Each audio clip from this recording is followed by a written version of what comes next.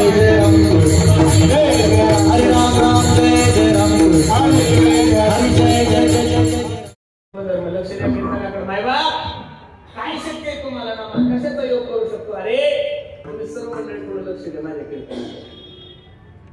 2 तास कीर्तनासाठी आलेले लोक आपण मोबाईल थोडं स्विच ऑफ करा, बंद करा मोबाईल बंद करा.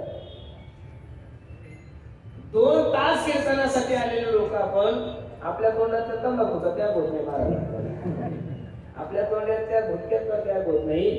आणि कीर्तनाला आल्यानंतर सुद्धा लोक चपला घालून कीर्तनाला बसतात. त्याच्यापेक्षा दुर्भाग्य काय असेल महाराजाचं? अरे मुस्लिम धर्माचा मनुष्य मस्जिद मध्ये जात असताना तो डोक्यात टोपी घालून जातोय, बरोबर आहे का नाही? मग आपण कीर्तनाला गेल्यानंतर नेमकं कोणाच्या लग्नाला गेलो का कीर्तनाला गेलो एवढं तर भांडपायचं घालता आहेत का नाही मला, बरोबर आहे का नाही? आता कीर्तन संपलं, आता कीर्तन संपलं. एखादा मनुष्य मला म्हणला महाराज चला ना आमच्या घरी चहा घ्यायला. आणि मी चहा घ्यायला जर तुमच्या फ्लॅटवर आलो, तुमच्या बैठकीत तुमच्या हॉलमध्ये जर चप्पल घालून गेलो, तुम्ही काय विचार करताल? या महाराजाला कीर्तन करण्याचं नॉलेज पण वाटण्याची अक्कल. कारण तुमच्या घराचा एक प्रोटोकॉल आहे, तुमच्या घराची एक परंपरा आहे. मला जर तुमच्या घरी यायचं असेल तर चप्पल कुठं काढावं लागती? बोलत चला घरी कुठं? मला जर तुमच्या घरी यायचं असेल तर चप्पल कुठं काढावं लागती?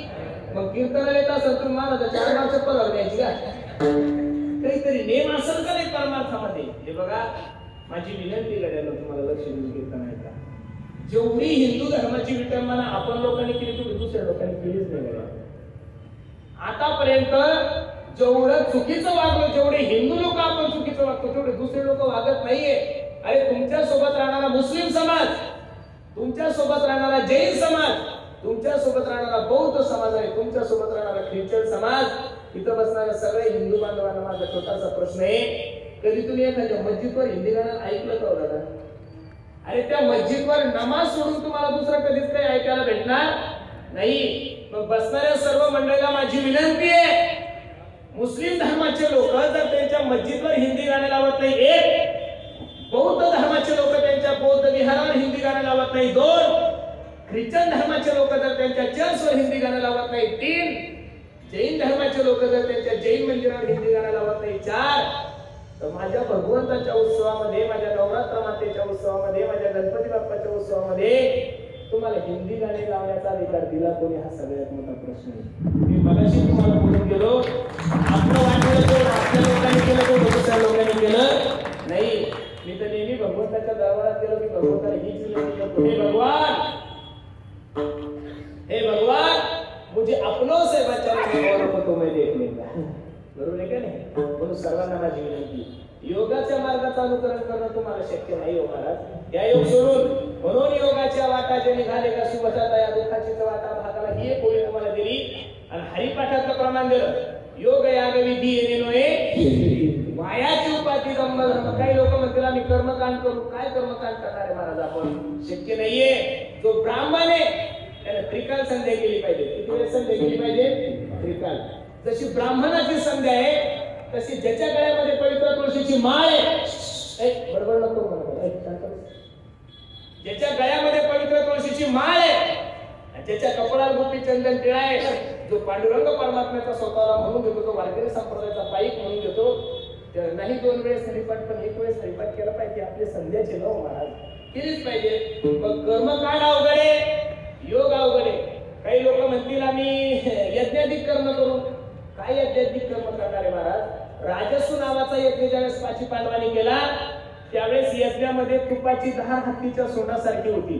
आता तूप म्हणलं की चूप असावं लागतं, तूप पाहायला भेटत. 150 रुपयात सत्यनारायणाची पूजा करणारे उदार लोक आपण, 150 रुपयात ब्राह्मणाच्या दर्शनात सगळ्यात पूजा करणारे लोक आपण. आपल्याकडून यज्ञाधिक कर्म होणार नाही, आपल्याकडून योग होणार नाही, आपल्याकडून कर्मकांड होणार नाही. आता काही लोक म्हणतील आम्ही ज्ञान संपादन करू. ज्ञान संपादन करण्यासाठी सुद्धा वयाची मर्यादा आहे. आमच्या दोन्ही पक्वाद वादकांचा पक्वाद ऐकल्यानंतर काही इथले जुने कार्यकर्ते म्हणतील, जुने म्हातारे लोक म्हणतील काय दरवर्षी या दोघांना बोलवायचं? आम्ही शिकू. म्हातारपणात ते जमत नाही. बरं, म्हातारपणात ते शक्य होणार नाहीये. त्याच्यासाठी घासावं लागते, दगडांना नाही, अभ्यास करावा लागतो. काय करावा लागतो? अभ्यास करावा लागतो. शास्त्रकार सांगतात प्रथमं नार्जिते विद्या, द्वितीयं नार्जिते धनः, तृतीयम नार्जिते पुण्यम चतुर्थम किम करिष्यसि. सुभाषितकार किती गोड सांगतात पहा. प्रथमम नार्जिते विद्या, द्वितीयम नार्जिते धनः, तृतीयम नार्जिते पुण्यम चतुर्थम किम करिष्यसि. पहिले 25 वर्ष माणसाने ठरवून घ्या. माणसाने इंजिनियर व्हायचं, डॉक्टर व्हायचं, MBBS व्हायचं, काय व्हायचं, महाराज व्हायचं, गायक व्हायचं, पकवाजा व्हायचं. 25 वर्षापर्यंत माणसाच्या डोक्यामध्ये अभ्यास एक अभ्यास, अभ्यास दोन्ही अभ्यास, अभ्यास त्रिक अभ्यास आणि अभ्यास चोक अभ्यास. 25च्या नंतर माणसाने 50 पर्यंत फक्त पैसा कमवायचा. काय कमवायचा? लोकांच्या मानामोडून, टेबला घालून, लोकांना फसवून अजिबात नाही. अरे पैसा कसा कमवायचा हे सुद्धा तुकोबराने शिकवा महाराज. मला सांगतात जोडोनिया धन उत्तम व्यवहारे, जोडोनिया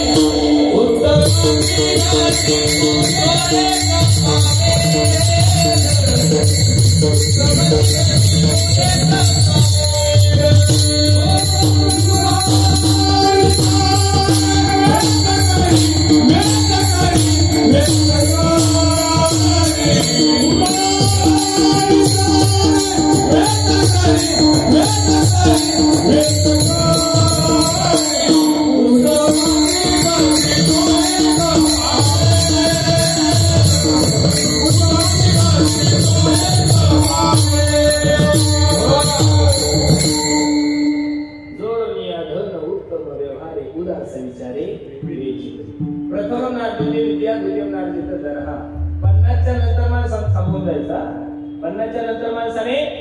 क्षेत्र कोणतंही असू द्या, आध्यात्मिक असू द्या, राजकीय असू द्या, व्यवहारिक असू द्या किंवा संसारिक असू द्या, 50च्या नंतर माणसाने फक्त रामकृष्ण हरी, रामकृष्ण हरी, रामकृष्ण हरी, रामकृष्ण हरी 50 ते 75 देवाचं चिंतन करायला लावलं. आणि ह्या जर 3 अवस्थेमध्ये या 3 गोष्टी नाही घडल्या तर महाराज सांगतात चतुर्थम किम करिष्यसि. रामायणामध्ये असं सांगितलं जातं की दशरथाचा एक केस पांढरा झाला तर दशरथाने प्रभू रामचंद्राला काय दिली होती? गादी दिली होती. प्रभू रामचंद्राचा राज्याभिषेक करायचा ठरवला. प्रभू रामचंद्राचा दशरथाचा एक केस पांढरा झाल्यानंतर दशरथाने प्रभू रामचंद्राला राम गादी दिली. आपलं टक्कल पडलंय. आपण खूप नवीन घेतला, तोही जुना झाला तरी आपण घर सोडायला तयार नाही.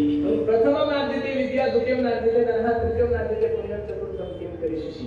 वेळेमध्ये काही गोष्टी करा. अगदी थोडा विषय महाराज कबीर महाराज सांगतात दिहुडा हो शिट्टी मारतोय ना माहिती कसं म्हणू शकतो. 2 दिन का महिमा कब सुमरो मेरा, अब तुम कब सुमरो मेरा. बाल अवस्था खेल गवायो, तरुण हुआ तो समय गवाया हो. दिहुडा, दिहुडा म्हणजे शरीर, दिहुडा म्हणजे दिहुडा हो 2 दिन का महिमा. इकडचे संस्कार मागत कमी कर, पुढचा आवाज म्हणजे शिट्टी मारणार नाही. 2 दिन का महिमा अरे कब सुमरो मेरा. कधी देवाचं चिंतन करणार आहे तुम्ही? जर नाही तुम्हाला हिंदी कळलं तर महाराजांनी किती गोड वर्णन केलंय पहा. अल्पायुष्य मानव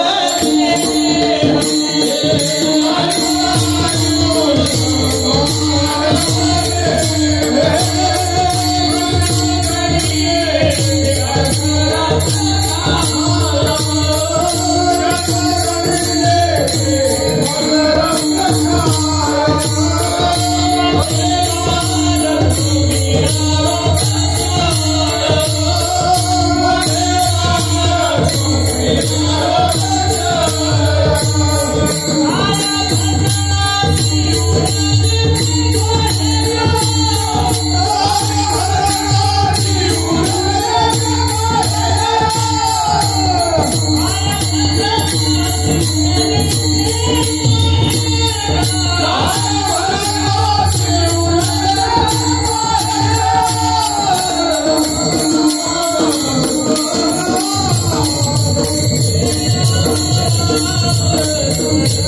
you.